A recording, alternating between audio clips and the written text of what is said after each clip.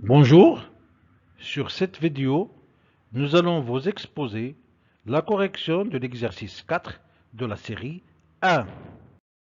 Concentration 1N, ça veut dire que le pH est égal à 1 puisque je suis en présence d'un acide fort qui est HCl.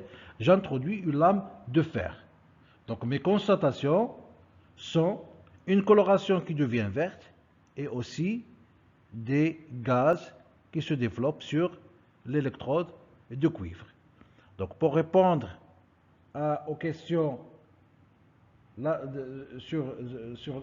aux questions d'identifier la nature du gaz et aussi l'origine de la coloration verte, je vais partager la correction en deux situations. Premièrement, je dois identifier les éléments susceptibles de réagir dans cette solution. Donc je suis dans une solution HCl, acide fort, donc sa dissolution elle est complète, ça donne H plus Cl-. Voilà. J'ai un fer métallique et j'ai un sel de Na2S2O3 donc dans l'eau. Ça va se dissoudre sous forme de Na2 plus S2O3 et bien entendu j'ai H2O qui est le solvant. Et je suis dans une solution désaérée, donc O2 n'existe pas. Voilà. Donc pour chaque élément, je dois chercher son complément pour donner un couple oxyrède. Donc pour Cl-, ça va être Cl2. Pour H+, ça va être H2. Pour le fer, ça va être fer de plus. Et pour S2O3 ça va être le soufre solide. Et pour l'eau, c'est l'oxygène. Ce qui est écrit en rouge, ça veut dire qu'il est absent de la solution. Ils sont absents. Et donc,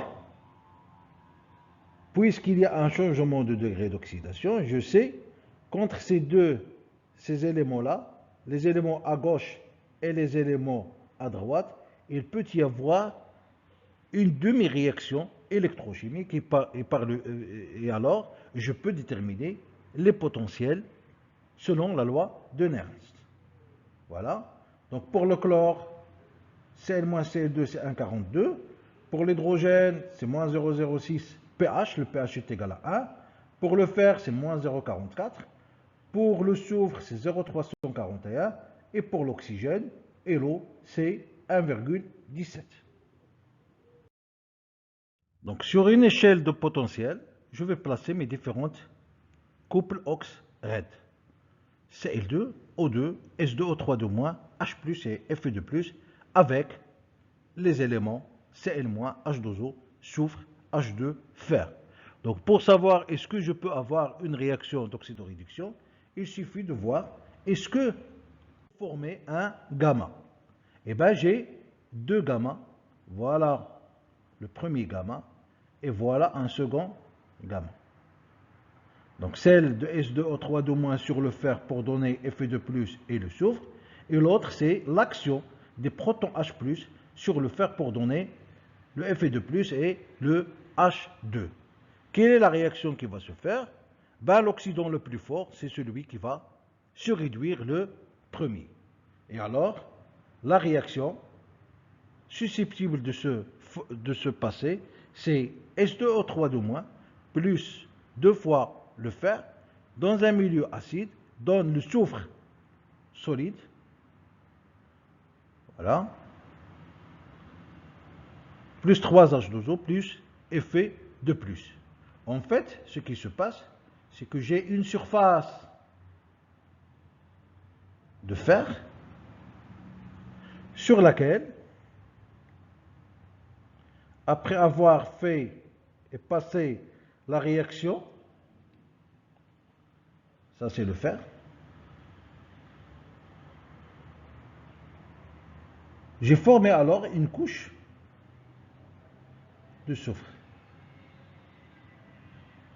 Voilà. Et donc, la surface exposée à la solution, c'est plutôt du soufre et non pas le fer. Donc le fer, lorsqu'il passe sous forme de Fe2+, la solution devient verte. Donc je cherche l'origine du gaz. En fait, la nouvelle situation, c'est celle-ci. Donc je vais avoir un Cl-, parce que je suis toujours dans un milieu acide chlorhydrique. J'ai toujours les protons H+, c'est un milieu acide. J'ai du fer solide, voilà. J'ai du soufre et j'ai de l'eau. Et pour chaque élément, pour chaque espèce chimique, j'ai son couple ox-red. Pour Cl-, c'est Cl2. Pour H+, c'est H2. Pour le fer, c'est Fer2+. Et pour le soufre, c'est H2S. Et pour H2O, j'ai H2. Donc ce qui se passe, c'est que j'ai ici le soufre et le fer. Donc je vais positionner selon une échelle de potentiel et voir quelle est la réaction susceptible de se produire si un gamma est possible d'être réalisé et d'être tracé. Donc soit nous avons le fer en excès, ou bien S2O3 de moins, je n'ai plus de fer en contact avec la solution. Ce que j'ai, c'est une surface de fer recouverte par du soufre solide. Et donc une nouvelle situation se présente, laquelle c'est Cl- H+, puisque je suis dans un milieu acide. Il y a du fer solide, ou bien si c'est une surface poreuse, ou bien c'est du fer qui est recouvert par une couche de soufre solide. Le soufre est H2O. Et donc les couples, pour chaque espèce, chaque espèce soit oxydante, soit réductrice, il y a une espèce soit réductrice, soit oxydante. Donc pour Cl-, c'est Cl2, pour H+, c'est H2, pour fer, c'est Fer2+, et pour le soufre, c'est H2S, gazeux.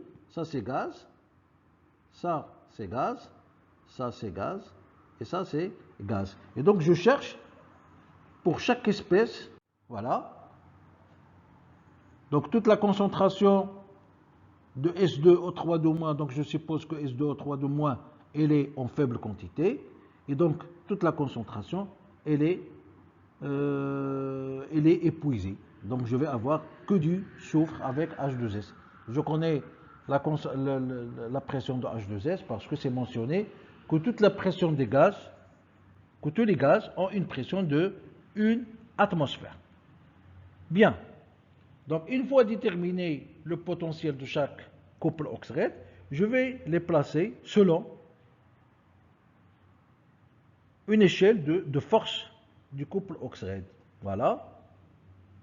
Ça, c'est E en volts par rapport à l'électrode normale d'hydrogène.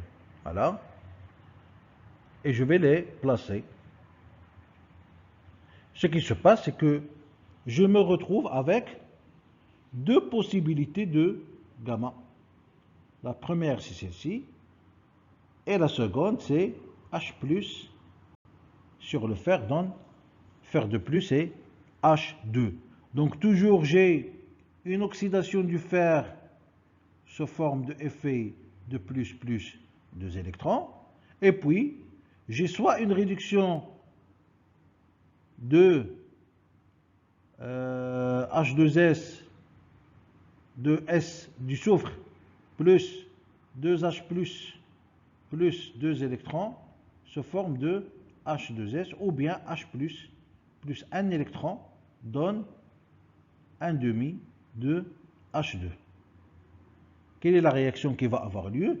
De toute façon, je sais que la seule réaction d'oxydation qui peut avoir lieu, c'est la production de Fer2+. Dans la coloration, vous savez que la coloration, c'est une coloration verte.